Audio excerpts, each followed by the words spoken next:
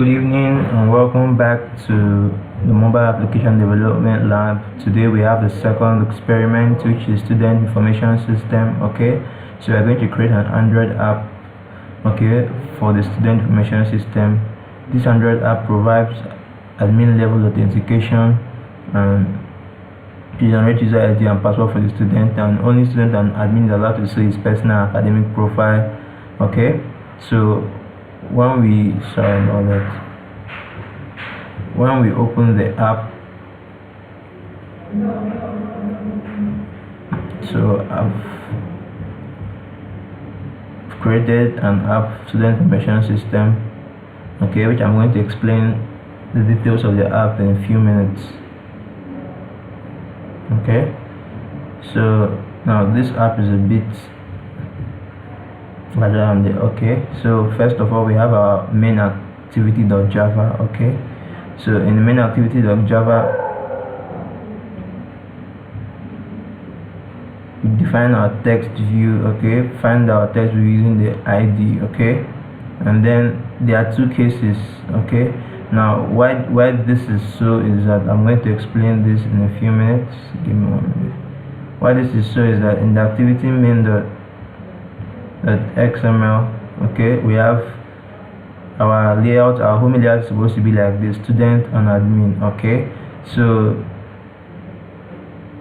student and admin. Okay, so that's why if a student, if you click on student, it goes to this case. It gets the ID, okay, of the button. Okay, on button click, okay, it gets the ID of the button. And if a student, it goes to this case arrow.id.button1. okay, button 1 is the first one for student. Okay, and then using intent, it sends the user to the student activity.class. However, if the person is an admin, it uses arrow.id.button2, and then using intent, it sends the person to, that's for the second case. Okay, it sends the person to admin activity.class. Okay, so that's basically what the main activity does. Okay, so the activity main has buttons that has those IDs. Okay, so now let's take for instance the person is a student. Okay, so when it goes to student activity.java, okay, and then here is an authentication page. Okay, so let's open his layouts so I can show you. This is an authentication page and this is his layout. Okay, his layout is something like this. He has a place for entering user ID, for entering password, and then login. Okay, so how did we come about this? Okay, in the student activity, the authentication page, okay, define the edit test of the ID and password.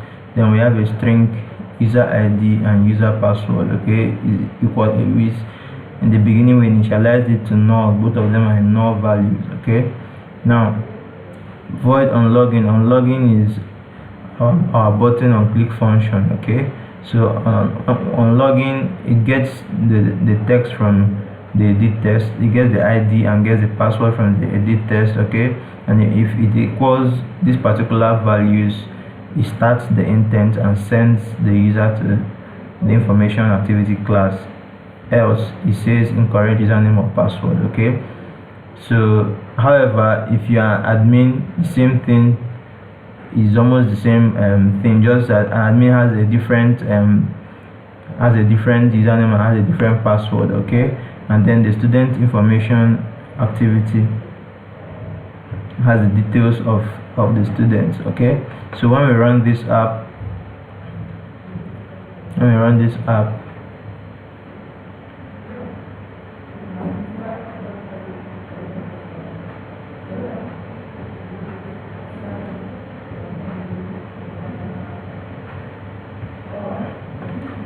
okay, so let's start with students. Okay, so student 01. Okay,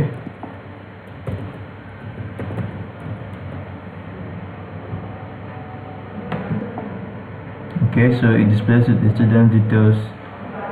Yeah, okay, these are my personal details now. Okay, and then for ID, for admin,